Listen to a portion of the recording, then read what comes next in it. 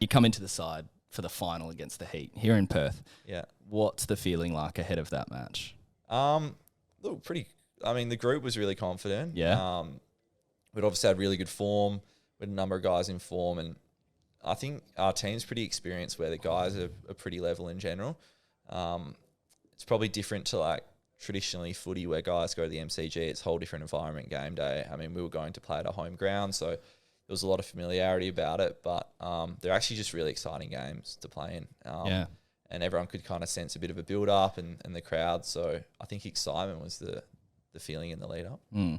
Going into the game now, Heat put together a decent target for Scorcher to chase. Scorcher's batting. There's been a few outs. Inglis goes out. You're in. That long walk out to the crease, there's 53,000 people there. It's not like footy where you just walk on and you're playing. Yeah. There's a long walk out. What's that actually like? Yeah. And there's a bit of a shaky feeling in the crowd, I would say at this stage. You can sense crowd nerves. Don't worry about that. When you're a player, you can feel crowd nerves. You're not immune to that. It's you've got 80 seconds. I think there's a timer now that you have to face your first ball. So most batters have a bit of a routine. So me, it's like left leg over the rope first, little superstition, bit of a run out to warm the hamstrings up. And then, before you know it, probably after about 10 seconds, 15 seconds, you're meeting your partner. So it was Ash for a ball or two. Yeah. We'll get into that in a sec. Yeah, I'm sure we will. And then, you take guard. But like you said, it's just like a little bit of nervous buzz when you hear the crowd, when you walk out to bat, particularly at that point. At that point in that final, there was definitely, I was in the crowd that day, there was definitely a bit of nerves. And then you come out and the run out with Ashton Turner, there's a little bit... I don't want to call it a mistake, but, no, it was a mistake. It was a mistake. Yeah, I'll let you call it that. What happened there? Can you, Yeah, I'm happy to shed light on it. We can laugh about it now. It was basically I went out there and I knew from ball one had to show intent and try and get the scoreboard ticking because we needed about 2 a ball or just under. So I remember hitting the shot and it going down to fine leg, but I pulled it. I was on the back foot, so all my weight was back, and all I could hear was Ash yelling 2, 2, 2, 2, 2. So I hadn't actually seen where the ball went. I've run down the other end, turned, thinking, the fielder won't even have the ball yet. Take 3 steps. Ash has obviously seen me take 3 steps. Started running the other way, and then all of a sudden I see the keeper catch it, and I was like, "What?" So I've stopped. It's like your natural reaction as a cricketer. And then I have this moment where I try and cross over with Asher. He stays in and me out because he was doing so well. It was a blur, and then just a big groan from the crowd. There was a bit of that, but then Cooper Connolly comes out, and not many people have heard of this kid before that day. He's faced a handful of balls in the BBL.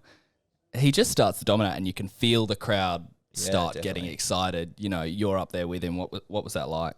Yeah, that third last over was the one that Coop took down. So probably from a cricketer's perspective, like an analytical perspective, we knew that was the over that we had to take down to get back in the game, or the bowlers who were on the last 2, we felt like were harder to get away than the guy bowled the third last over. So the first one Coop got out, and I think everyone was happy. But by that last ball of the third last over, that roar when he hit that 6 was unbelievable. And you just feel the momentum come back in our favour, and the crowd start to get behind us a bit more. Do you feel the excitement as the crowd kind of amps up? Yeah, definitely. Yeah. They talk about in sport like home crowd advantage with noise, and I think that was definitely the case. The first or second ball of the second last over, Cooper got dropped, really high ball, and that was so loud. And that's where you can see the Brisbane Heat's body language change, and that crowd noise really start to become a factor. Yeah. Final over, you're at the bat. 10 runs are needed. I'll let you tell the story. Just what happened. It was bizarre. Even with 2 overs to go, so me and Coop hadn't batted a lot. So a lot in the nets. With the coaches, we would walk in and it would be, all right, you need 20 off 10. You need 17 off 8. And they'd give a scenario, a bit of a field. And that was how you'd start your net. Yeah. So it was trying to simulate us in a game. So I remember looking up, going, all right, 20 off 10. 20 off 12 we needed. Yeah. And then 10 off 6. Yeah. So this is our last over. And that is so often like we'd be in these scenarios in the nets when we were prepping. Right. And I was like, I can't actually believe like it's come down to this. And in a final as well. I know, in a final, the final ball. And you could just hear that buzz of the crowd that you were talking about earlier. It was like this nervousness between overs. And I just remember saying to Coop the same things we're talking about, just like be nice and still, get a good base, strong shots. If it's not there, get off strike. So Coop's first one he hit down to long on. And I actually felt really confident. Like if I had a couple of balls, I'd be fine. And I mean, to state the obvious, when you're chasing 10 in an over, you want a boundary in the first 2 balls. Yeah. That's like the goal. Yeah. Boundary first 2 balls. Put the pressure back on him. So yeah, I was, he bowled a full toss to Cooper first ball, the last over, Michael Nessa, and I was thinking that he would pull his length back a little bit. So I sat really deep in the crease and then was a little bit surprised to get a full toss and just, it's amazing what adrenaline can do, just adrenaline straight through the ball. I don't even remember feeling contact.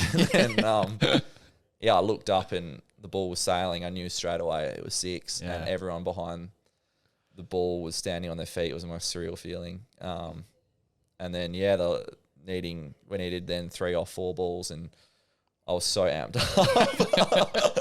So I just swung as hard as I could at the next one and went sailing over the top and celebration started. History's made. Yeah, celebration started. Yeah, so immediately after, you and Cooper Connolly, you're hailed as heroes, you get to lift up the trophy. That has to be a highlight of the career, right? Yeah, definitely. Yeah. I think the whole emotion with finals, particularly close finals, doing it with Coops, who, I don't know, we just have a bit of a special bond now. He's of course, a great kid. And then, even dating back to, we started with Claremont Eddies, we were talking about earlier.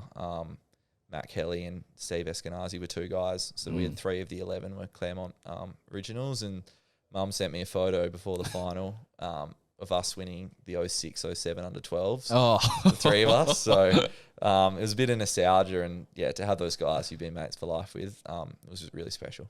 I can absolutely imagine. After the final, I imagine there's celebrations. Is it back to work? A week in between. Week off, yeah. Week off. Fair enough. I kind of don't work at all during the Big Bash. Yeah. So they give me really flexible. And then I actually called them. They made a bit of a news article about it, but I called work the week before the final, and my boss said, "You're not coming back Monday." He said, "No." I was pretty tired from all the games, but I said, "Look, it's all right to have a week off after." I didn't expect the final to be the way it was, but hey, we'll work it out.